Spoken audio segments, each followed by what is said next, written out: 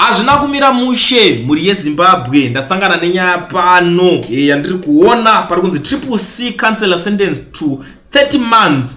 An Epworth councillor Nobody Makoni has been sentenced to 30 months in prison for duping two homeowners of 550 after lying to them that he was able to assist in changing ownership of their properties. Pari kupisa, pari hot. Unozoti kana zvara inini ndafarira mweya iwoyo kutonzi makutotanga kutobata munhu nekuti azovhara vanhu mudai so inandisimbise zvinhu zvechimbavha kwatona ndatodaro ndatofara moyo wangu wasununguka. But inini ndine nyaya 1 yandiri kuda kuti kana tichinge tawirirana kuti isusu tese ndo mweya watanawo wekuti vanhu vanenge vaivhara vanhu vaita sei vakusungwa takungoti ngapachibatwa vanhu bozi nyaya yekuti pakazobatwa ari munhu weZANU-PF akabatwa aita zvinhu izvozvo anobva atanga kubhadhariswa fine ndo nyaya yatikuramba iyo. Tingoti kana imatopindwa nemweya wekuti munhu anenge atotadzira vanhu ngaasungwe tiri kuti batai musunge mobva mabata neveZANU-PF ende tiri kutoziva vamwe nemazita ndo atomukana muri yeZimbabwe manyai munoripota kune vanhu vamukuziva kuti munhu weZANU-PF akazotengesa stand akazodai akazovhara vanhu vamwe vari kutora mari dzavanhu vachidya especially kuHarare South kuri kuitwa zvinorova. Takanzwa maripots akawanda ikoko kuti muHarare South kuri kuitwa zvinorova ende vanhu vacho havasi kusungwa ringoti akangoenda 2 minutes odzoka ngavapuhwo chero ma 30 months iwayo vambogaro imomo at least tingaitawo vanhu vari bo musociety. Zviri zvema-MP zvemakansela kunzi avhura homba ita sei these guys I don't know. Takatonzwa nyaya dzakawanda dzema-councillors iwaya pakadikiri napa vakatanga kuzongobetray Chamisa pamwe chete nema-MPs avo vachibetray Chamisa pakanzi asiya zvetriple C vakasara vavega ikoko vakuti haiso hatisi kuzosiya mabasa toda kuramba tichiita se tichiwana chehuviri. It's like vanhu havangoita these things for matumbu avo but tungoti aiwa zvekungodya zvinhu zvinigirikini izvi zvekudyawo zvavapfupi nekureba one day unozvimbirwa ndo situation yaitika. Handisi kuziva kuti imimi makaitarisawo nyaya iyi hama dzangu muri kuionawo sei yekuti kansela 30 months in prison. Zvinamira mushe zveZimbabwe this time.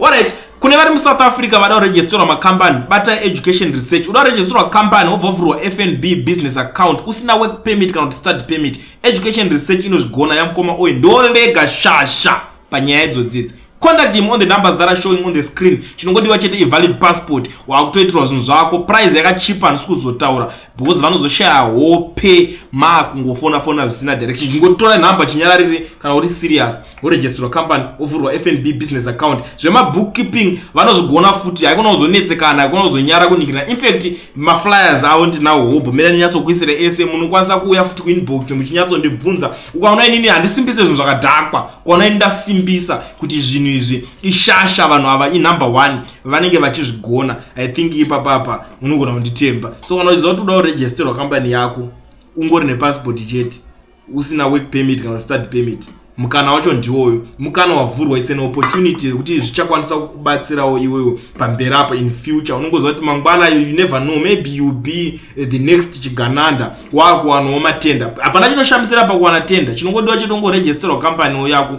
wototanga kutoita zvinhu zvako wega baba. So contact him on the numbers that are showing on the screen. Zvachipa muri yeZimbabwe for now. Sarai makateerera zvekutaurwa nemudhara wemumbondudzo kuti mukuionawo sei nyaya yake.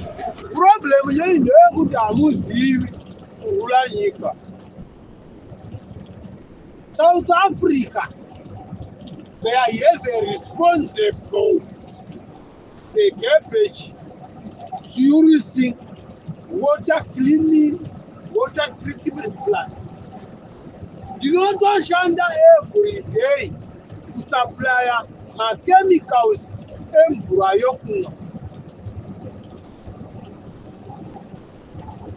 Emvura yokumwa kutosenga ma-chemicals emvura yokumwa ndoba muma-water treatment nema-purity farm nema-chemicals nema-arm izvozvi kutaura kuno nhasi 27 May ndandiri pasirani panogadzirwa mabullet nefuta namabhomba pasiranda mu-government premise. I deliver them a chemical for the water and to make the bombs. But you stupid people, You don't know how to rely or to rule the country.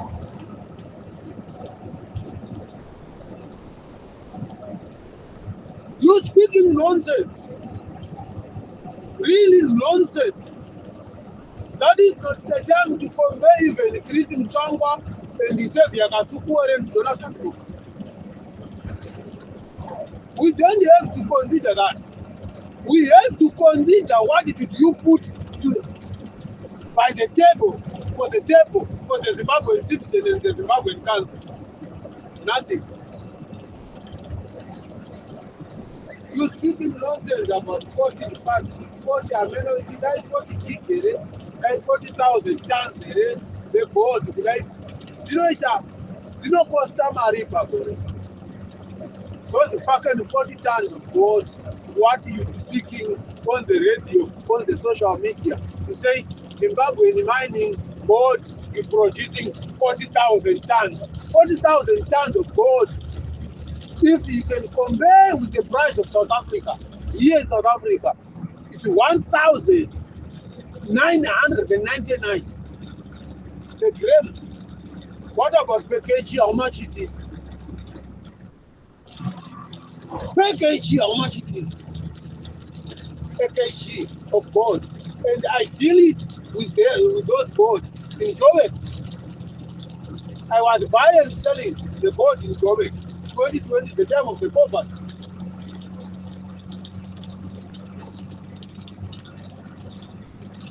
Jefferson say, bring Jimmy Stan say, hakuna mwana zingavhiri kuna migodi yegold.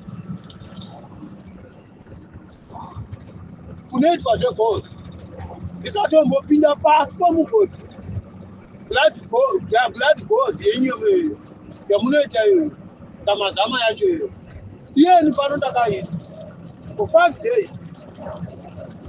But you have to understood what is going on.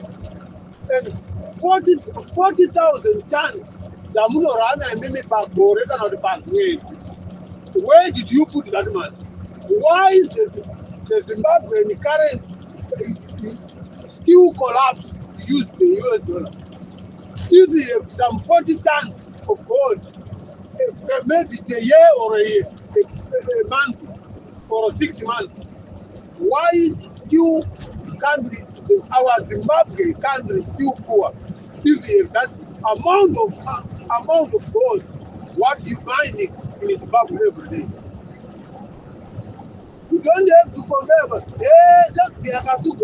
it's better than Mnangagwa is better than, because they are better than Mnangagwa to steal for what? You don't understand what you say, for what you want to say, for what you need to do to Zimbabwe to support you.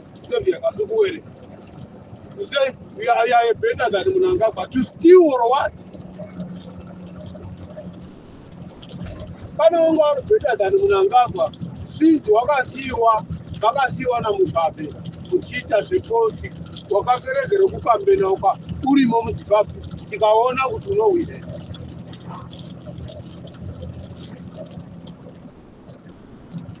Varume, itai zvinoita chamisa munhu. He plays the role in the ground in Zimbabwe. You play very well his role in Zimbabwe. No mess. What are you nonsense? Terror base, you know, Kamuromo, Nabata, give him down one of the tower, my friends. What are the tower nonsense in a Kirikim Karamangagua and tower nonsense?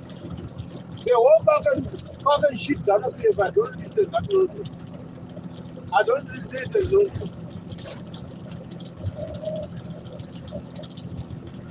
Igenezi kulenga mjirati wa kusuruwara kana mkaona kuti zvinhu zvakupuresaji, but mune vanhu vamakauraya vari kubvanza makatora vana vavo nevarume vavo, vana vavo izvezviti vari kusuruwara sedzavo. Imi munofara mune vana venyu kana mukakidinepirwa vana Daniel Gargo muratidza kuchema chema. What is fucking Daniel Garwe? Who is Daniel Garwe? Which role is playing in Zimbabwe? Daniel Garwe. It's nothing for the Zimbabwe citizen. Daniel Garwe really is nothing to Zimbabwe children. And the Bukawa Daniel Garwe, nothing to do. Apana chatinorusa. Kana munangagwa kuurawa kwake wewe na vanhu namasiya iwo. Hakuna maZimbabwe chavanorusa. Vanotofara. Minus problem. Chereza Daniel Garwe, if it's true to say Daniel Garwe is adopted, we minus problem. But Sara own muda. Chedai mavetera wakatiza. Tatenda mavetera wakatiza. Minus problem. Varume, Zama PM and the politics is a dedicated. We have to run in a short relay or 200 meters. Uchimanya uchiona distance yako. Ngoku tukaita zimumanyira. Utamanya kana kuchasara kusori wega. Kana uchiendesa mberi laiwa moja kuendesa mberi. Wodokera sure. Wokurega uri woga muperiko. Yani ogaro wakarega ari woga. Inde zisichero munanga bana zvaanoita oya. Kana akaadaptiwa hana zvaanoita. Inongobva yakaloti kungonyangariswa mahara kusira nyika. Wanyanya kubva pamuromo kugara eni